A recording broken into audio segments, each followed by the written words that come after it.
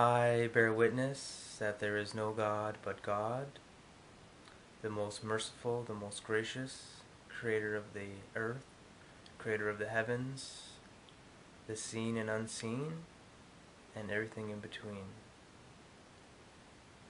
I also bear witness that Prophet Muhammad is his final and last messenger and seal of prophets. May peace and blessings be upon him. I would like to talk about the importance of believing in Allah, the creator of the worlds, of all things, and a warning to those who disbelieve and the severe punishment that is involved in the disbelievers,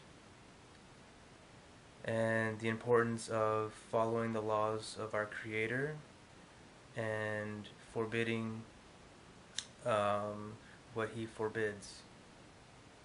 For example, making partners with Allah, making intercessions with Allah is of the greatest sins. Those having sex outside of marriage, being hypocritical, lying, bearing false witness, usury, which is interest and other ways to manipulate money. Those are some of the major sins and wrongdoings that Allah forbids. And I'd just like to read a couple of verses from the Qur'an, Surah 7, and from verse 35 to 41, which really highlights for the believers and to the disbelievers the consequences and rewards of doing good deeds versus the bad deeds, and what Allah forbids and He does not forbid. O children of Adam, if there come to you messengers from amongst you, reciting to you my verses, then whosoever becomes pious and righteous, on them shall be no fear, nor shall they grieve. But those who reject our ayats, which are proofs, evidence, verses, lessons, signs, and revelations, etc., and treat them with arrogance, they are the dwellers of the hell fire. They will abide therein forever.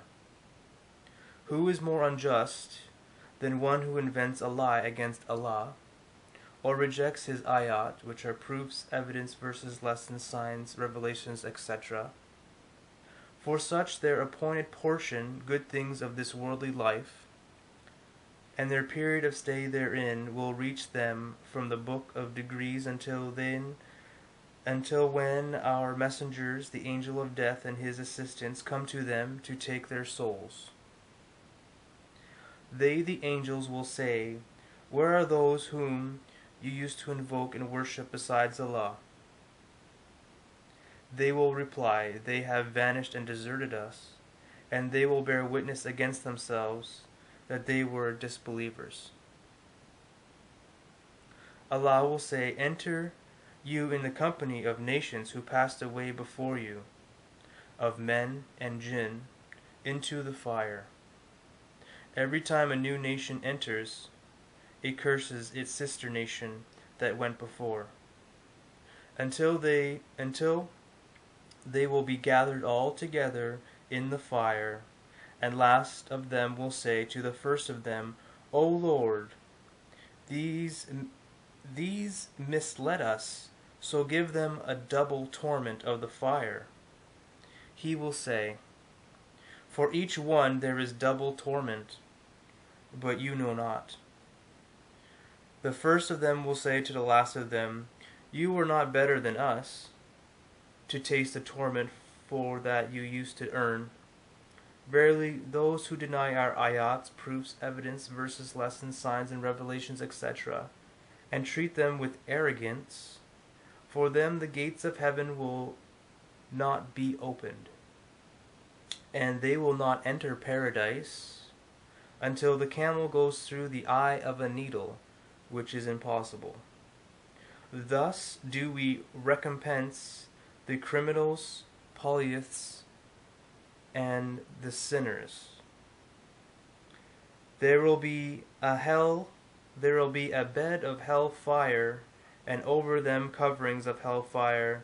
Thus do we recompense the polyists and wrongdoers. And I'll just read one more verse. But those who believe in the oneness of Allah, which is Islamic monotheism, and worked righteousness, we tax not any person beyond his scope.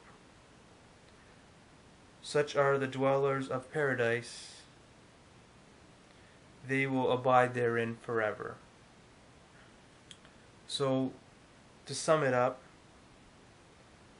that those who reject all the signs and proofs and evidences and revelations that God has sent through His messengers, through His lessons, through His proofs, through His miracles, that if these are just rejected and thrown aside, that, you know, people know better, they're arrogant, they don't even bother to do the research, even when there's messengers to show them and to teach them,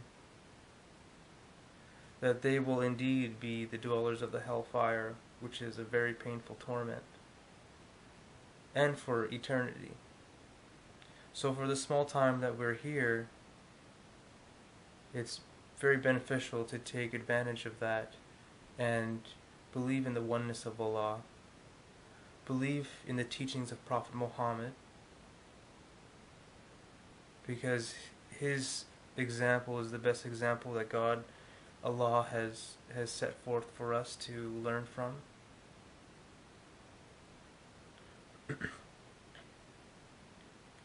And the great warning to the criminals, polytheists, and to the sinners, that there is a hellfire waiting for them.